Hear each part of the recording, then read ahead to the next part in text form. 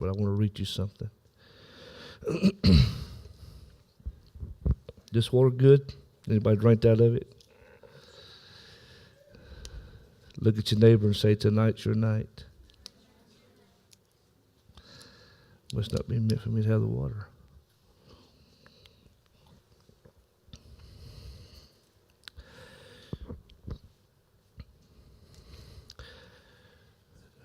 Now the serpent was more subtle than any beast of the field,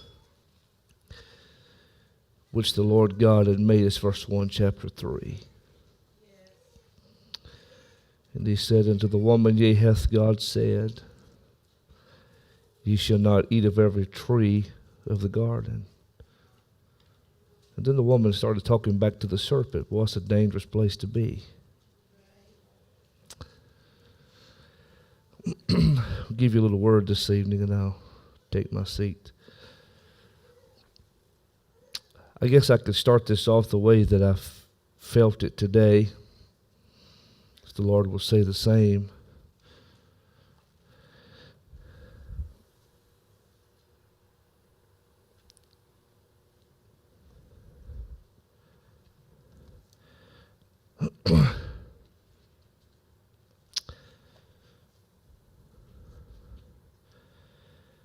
I was coming back in Friday,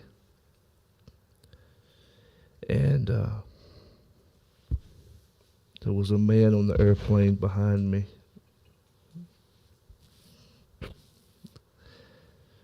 And we stood to deplane and go toward the jetway. He stood and said, I like your shirt.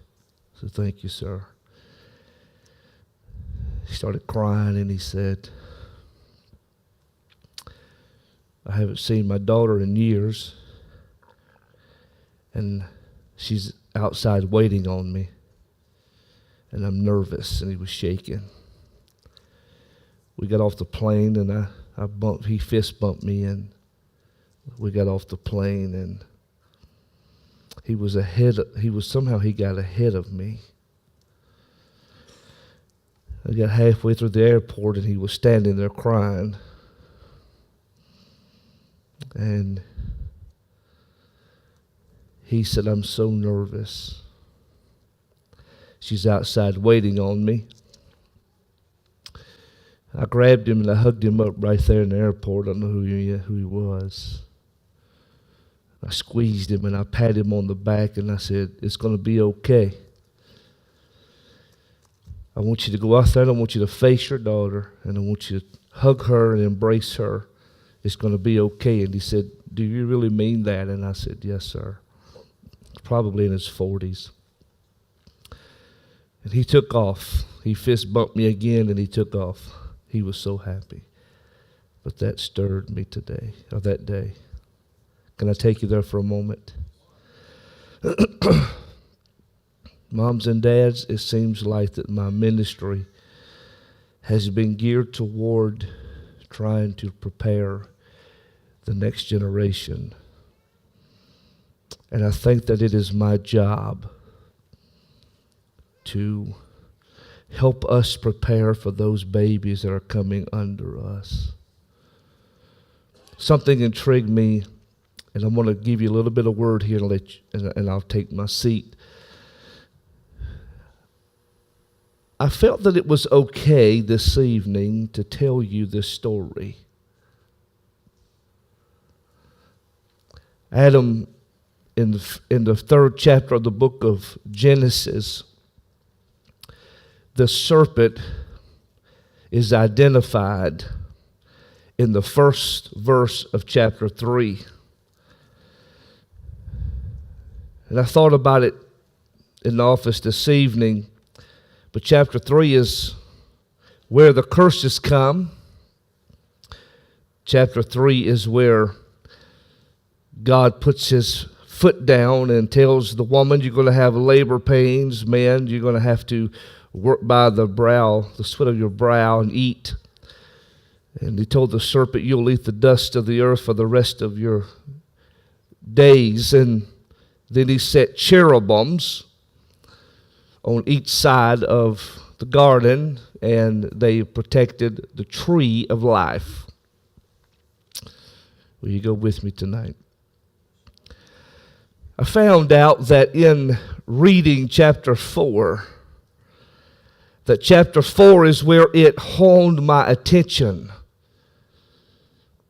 because there are things that we need to recognize in chapter 3, but the serpent doesn't stop doing what he's doing in chapter 3 because he caused them to fall. He goes to chapter number 4. The Bible said after God had gave them all of their judgments, he pushed them away out of the garden, set cherubims there to protect the tree of life. And the Bible said the next chapter, chapter 4, that it's now when Adam goes into Eve and they have a man-child. His name is Cain. Are you with me? So Cain is a man that mom and dad has a lot of dreams that they would love to see come true in his life. You have to understand that chapter 3, God gave Adam a diagram of how it's going to be in plowing the ground, planting the seed, and then harvesting what has been planted. Are you with me? So we find that the firstborn of Adam and Eve is just simply going to do what his dad is teaching him to do. Are you with me? He is going to learn how to fallow the ground. He's going to learn how to plant seed, where, when, and how. He's going to learn how to water. He's going to learn how to cultivate. He's going to learn how to protect. He's going to learn how to harvest what he has planted. So I started thinking about Cain, when we all in this room would love to shove Cain into a corner somewhere and depict him and identify him as a horrible person because of what he did to his brother. Are you with me? Now, we do not agree that he killed his brother Abel, but bear with me for a moment. I began to study this and read this and realize that Cain was only doing what Dad taught him to do. The Bible said that Cain was a tiller of the ground. And then Adam goes back to his wife, goes in and conceives and brings another man-child. His name is Abel. So they grow together. God is now going to require of them to bring a sacrifice unto the altar. They know how to build an altar. God has always expected and required a sacrifice. But I have found that while they're growing together, and it comes a day on the Sabbath day, that while Abel is not like Cain, Abel, the Bible said, is a keeper of the sheep. Are you with me? Have I lost you yet? And so you have Cain that is a keeper of the ground, that has done nothing more but learn from the best, his dad. And now you have Abel that has become a keeper of the sheep, that nobody has possibly taught him other than his dad to be a keeper of the sheep. Are you still with me tonight? But God requires a sacrifice. And so they come together and they bring their sacrifice to the altar, and Cain brings the fruit of the ground to the altar. He's going to present it unto God. Hear me now. Are you ready for this? Now Abel is going to bring his firstlings and his first fruit to God, and that is the very best and the first of the sheep. And in order for Abel to do this, he is going to have to slay the sheep, and he's the shepherd. He's going to have to slay them and spill their blood and shed their blood, skin them out, and bring them unto the altar. You have two different men here that has two different outlooks on life. One is a keeper of the ground, and the other is a keeper of the sheep. Still with me?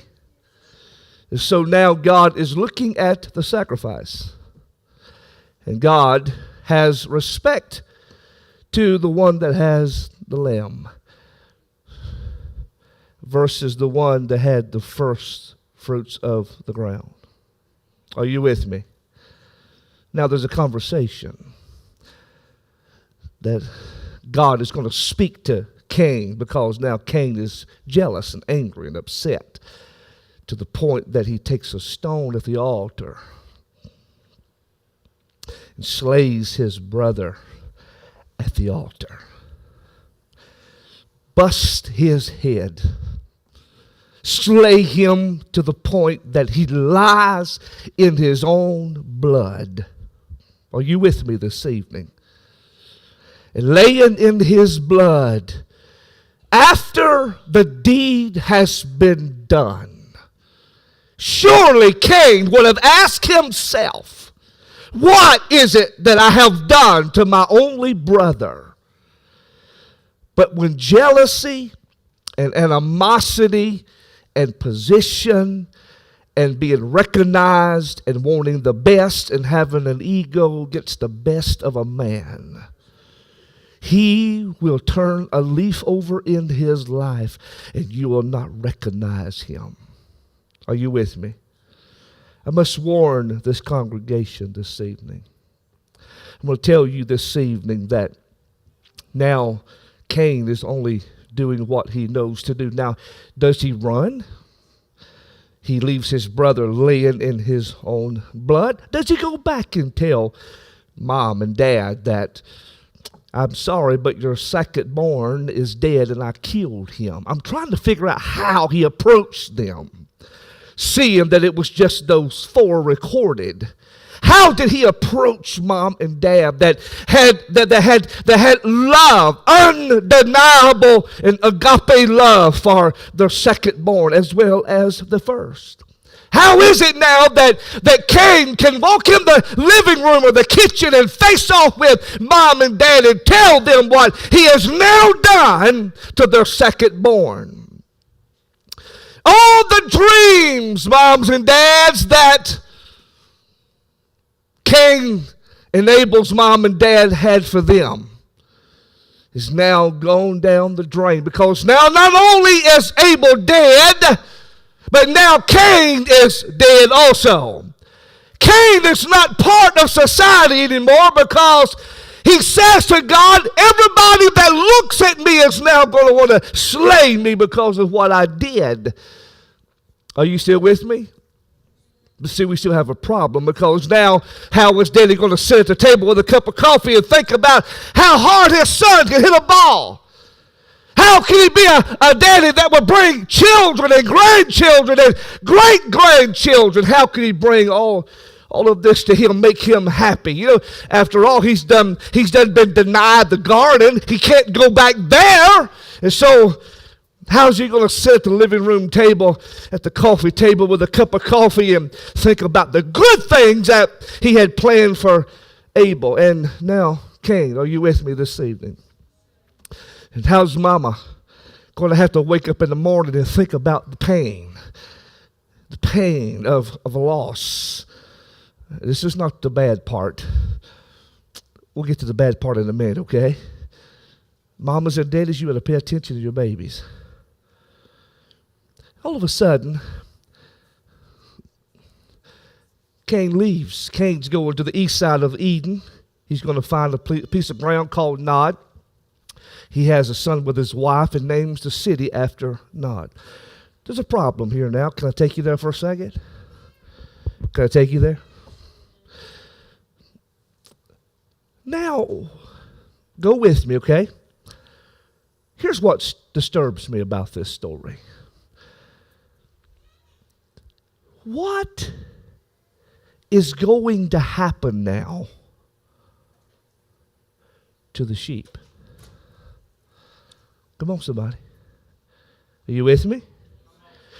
What now is going to happen to all of the sheep that Abel has shepherded all of those years? Because without their shepherd's voice, they could be scattered. Right? Am I right? Cain can't walk into the sheepfold and try to feed them and comfort them and love on them because they don't recognize his voice.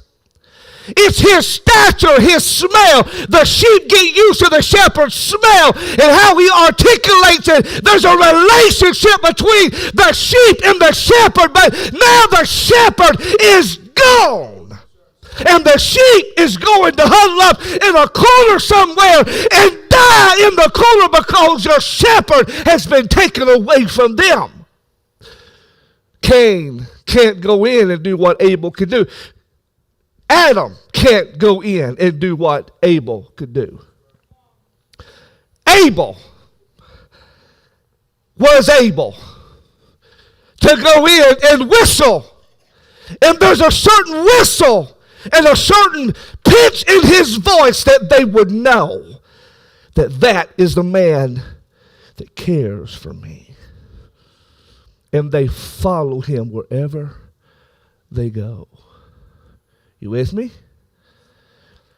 Sad story, ain't it? Sad story?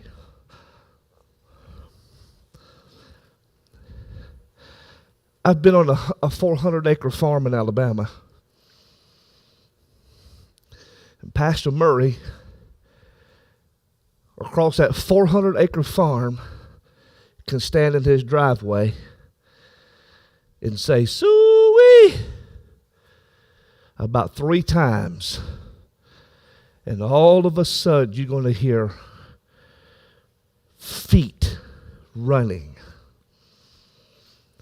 So he took me on the little 4x4 and said, "Let's go to the other side of the farm." And we went to the other side of the farm. He said, "Now that they're down yonder and you're with me, I want to show you something." Soo-wee! They hear his voice, and here they come running. And this is no joke. While the mamas are running with the babies, and they're coming in droves, when those big brown dark eyes makes contact with me, their little hooves go to sliding in the mud because they don't recognize this man with their shepherd. Is he making any sense? You better hold on to me, okay? I got something to say. So I have to stand there. It didn't matter if I had 10 buckets of feed. They wasn't coming. He goes out and opens the gate, and they still stand outside the gate because their instinct is, I know his voice, and I know his smell, and I know what he looks like in his articulation, but I don't know yours. Are you with me this evening? So I have to hide behind a wall for an amount of time and let the wind take my scent down through the chicken houses. And then they look at their leader and they walk over and they start eating. Now they're eating with their heads in the trough, and I'm invited back out to their presence. And when I get back out to their presence, you would think that they would run.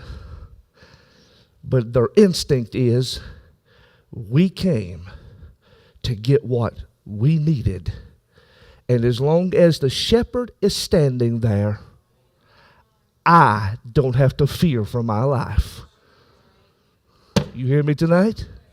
You better hear me tonight. And so I laugh about it. I said, this is amazing.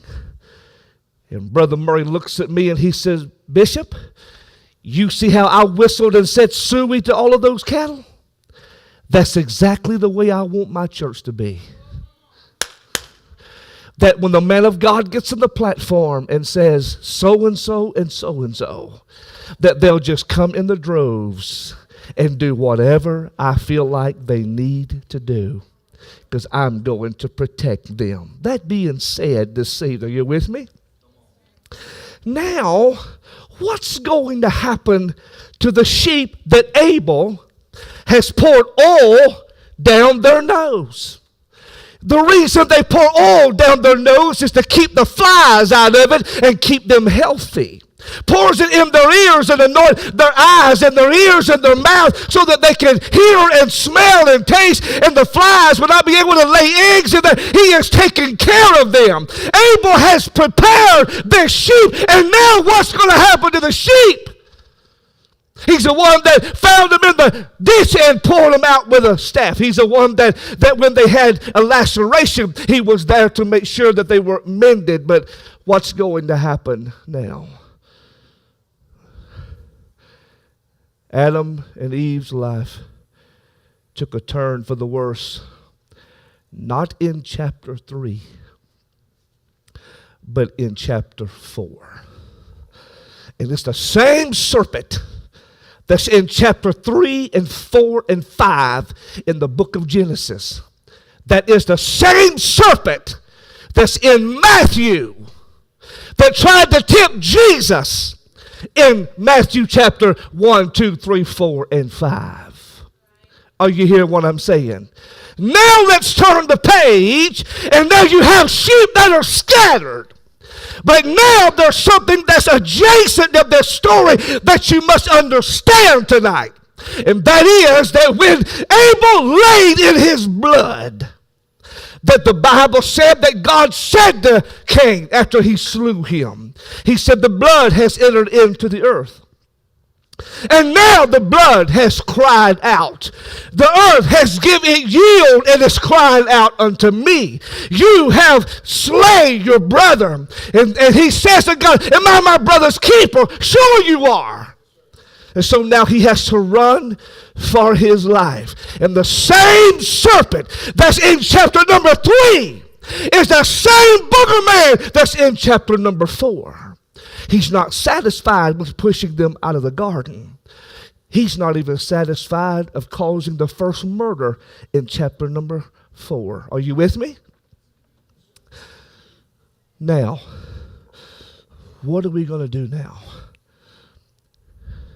The blood is at the altar of an innocent man. You with me? Now, Jesus says something. He says something in chapter 23, Matthew. I'm almost done, okay? Right before chapter 24 that tells us all the good things that's going to happen to us, all right? You know, tribulations. He tells them, there's something that I have never forgotten. You ready? He mentions the blood of Abel. After all of those centuries and decades and generations, Jesus, in the first book of the New Testament, mentions a tragedy that's in the first book of the Old Testament. And he says to them, the blood of righteous Abel cried from the earth that was slain between the temple and the porch and the altar. Then he says, and there's prophets that have had their blood slain between the temple, the porch, and the altar. And what he was saying was, I am going to be lifted up. And my blood is going to be shed also. Are you hearing what I'm saying? Because the same serpent that's in Genesis chapter 3 and 4 is the same serpent that tried to beguile Jesus in Matthew chapter 1, 2, 3, 4, and 5. Are you with me this evening? It's the same serpent that whatever it takes to wipe Jesus out and get him out of the picture, whatever it takes, I don't care how much blood you have to shed, get him out of the way. He is the lamb that was slain from the foundation of the world. He is the lamb that is about to be slain. Are you ready for this? And so it is that Jesus one day walks up to his men and says these words. I want to show you the similitude between Abel and sheep, and Jesus and sheep. Because Abel was slain because he cared for the sheep. Jesus was slain because he cared for the sheep. But notice what he said. Jesus said, gather round, disciples. I must tell you a short story. And that short story consists of this. This day you shall be offended because of me. And they said, what do you mean? You can't do anything to offend us. And this is what Jesus said. I am going to be delivered into wicked men's hands. And they're going to slay me. And watch what he said. Watch what he said. And the sheep shall be scattered. Does that make any sense? Do you see where he's going? Do you see what he's doing?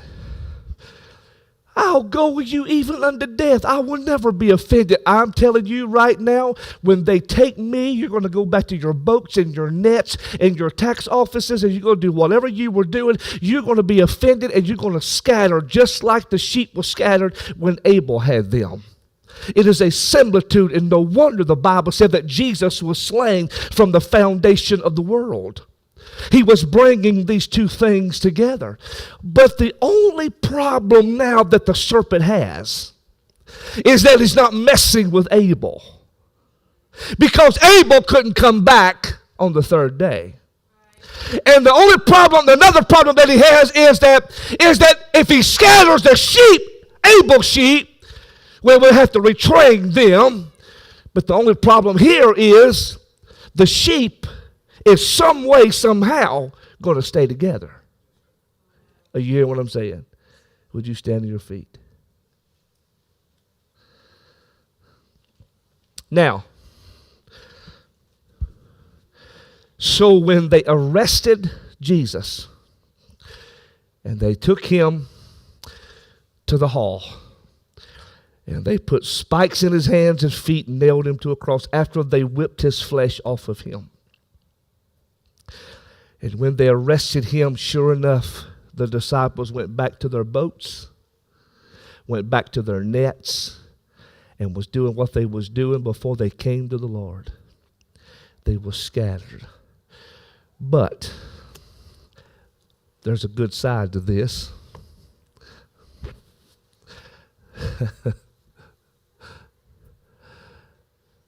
There was something on the inside. You remember when Jesus blowed on them? Y'all remember that? And he said, receive you the Holy Ghost, and he blowed on them.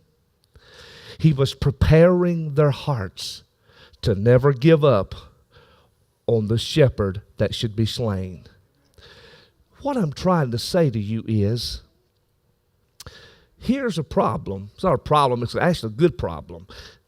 Is that while they had him arrested the first day and the second day and had him in the tomb and they put him in the grave and rolled the stone away, is that there was somebody always inquisitive enough to say, but what if he really does come back? Abel didn't come back. Zacharias didn't come back. Some of the prophets didn't come back. But I wonder if he would be the first one that would come back. And so when they went to the gravesite, He was not there. You hear me what I'm telling you?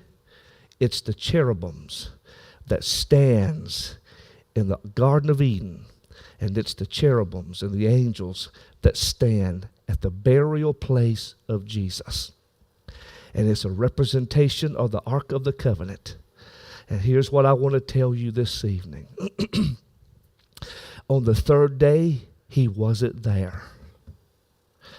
And what the serpent in Genesis 3 and 4 thought he had in Matthew 1, 2, 3, 4, and 5, thought that he had Jesus in Matthew chapter 26, 27, 28.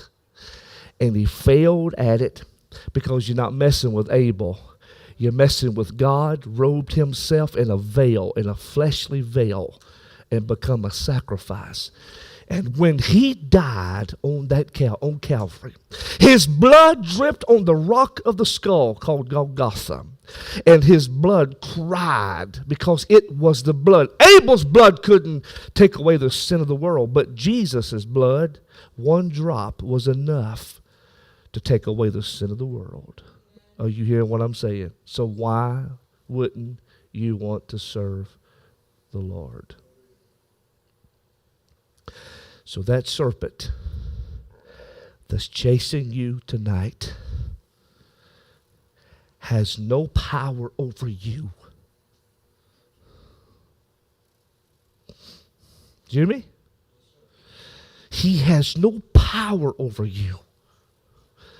Do you know why he has no power? It's not because you're smart. It's not because you're intellect. It's not because you have money. It's not because you drive a new car and you live in a big house and you got cattle and you got taters under the heels and you got all this stuff. It's because you got degrees. It's simply because it's the blood that has been applied to you, an everlasting pure blood that has been applied to you. That's why you are greater than the enemy. Are you hearing what fist bump somebody and say, you're covered in the blood. Fist bump somebody else and say, I've been covered in the blood. And so Abel wasn't able to come back, but Jesus did. You hear what I just said? Abel wasn't raised 72 hours later, but Jesus was. Abel's blood couldn't save the world, but Jesus could. Abel couldn't cleanse a leper and raise the dead and heal the sick and fix problems, but Jesus could, and he did. So he gives it to the church, and the church has been empowered because of the blood. Every drop that was shed was mine, just for me. Won't you give the Lord a hand clap of praise this evening?